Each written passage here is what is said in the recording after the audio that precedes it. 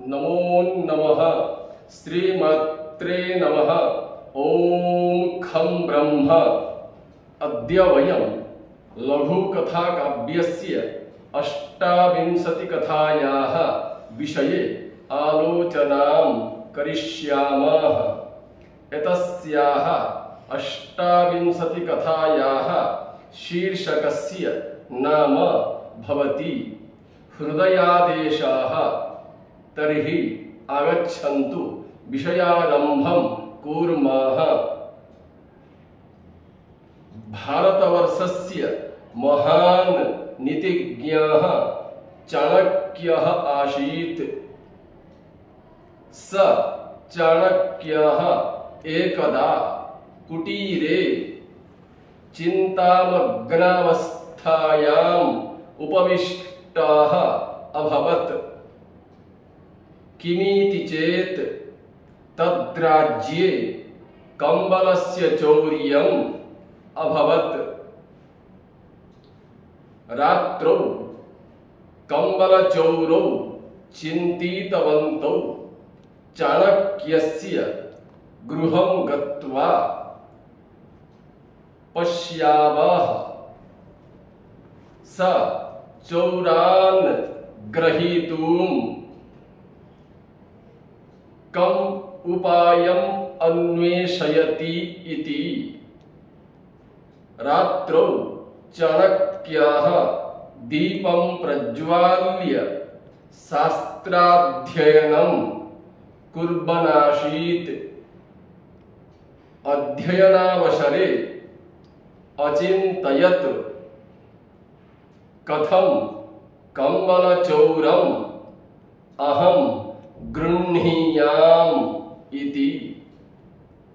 द्वौ चौरौ तस्य गृहं प्रति समाययतुः। गृहस्य समीपे यज्ञसमिधाः यागकुण्डं च अपश्यताम्। तौ द्वौ चोरौ एतद्दृष्ट्वा तौ द्वौ आश्चर्यमन्वभवताम्।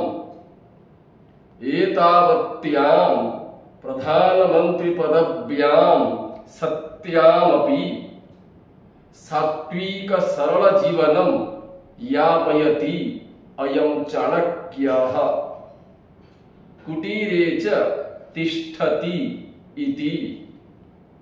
यद्वा भवतु तौ कुटीरे प्रवेशम् अकुरुताम्। चाणक्यं नमस्कृतवन्तौ। चाणक्यः तौ द्वौ उपवेष्टुमकथयत्।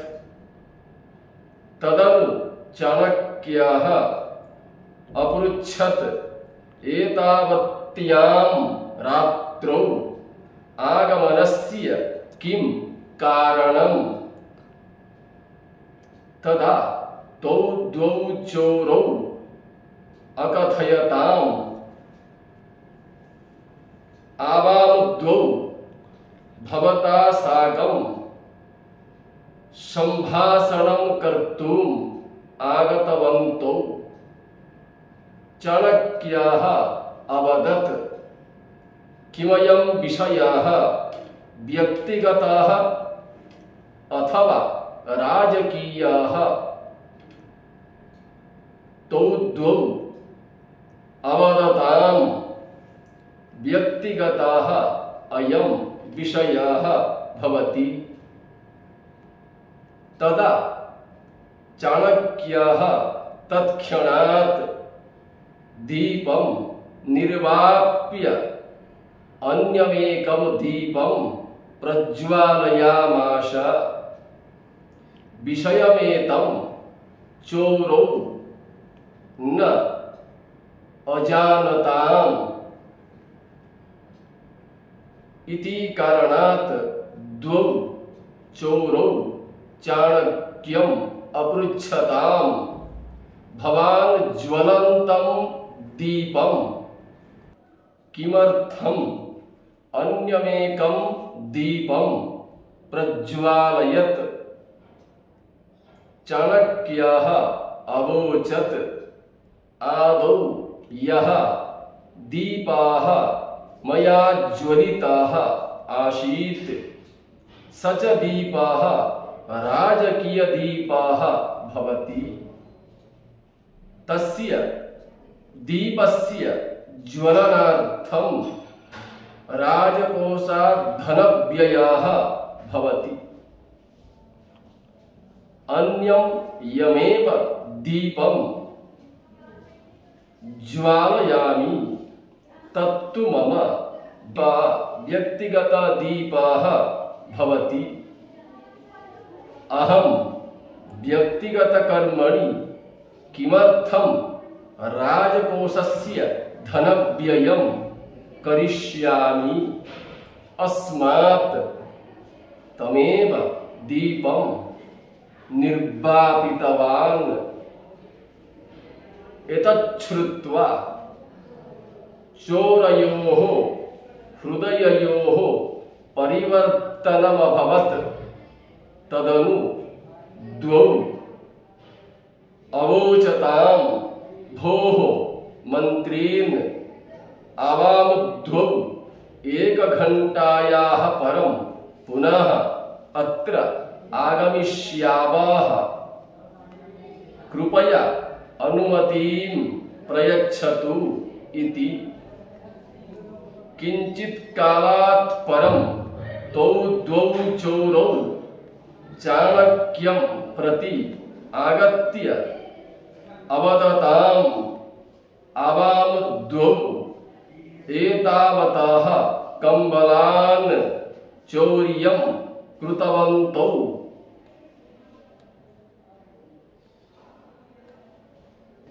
इत्थमुक्त्वा चाणक्यस्य सम्मुखे कम्बलान् स्थापयित्वा ऊचतुः, यस्य देशस्य प्रधानमन्त्री त्यागी सच्चरित्रवान् तस्मिन् देशे आवां कदापि कम्बलं न चोरयिष्यावः इति। अयमेव आसीत् चाणक्यहृदयस्यादेशः, येन चोरौ साधुरूपेण परिवर्तितौ अभवताम् इति शिक्षा। राष्ट्रद्रव्याणां सदुपयोगः कर्तव्यः अथवा देशोपयोगी द्रव्याणां सदुपयोगः करणीयः इति। अद्य एतावत् पर्यन्तम् 28 कथायाः विषये वयं ज्ञातवन्तः। श्वः 29 कथायाः विषये वयं ज्ञास्यामः। अतः सर्वेभ्यः धन्यवादाः। नमो नमः।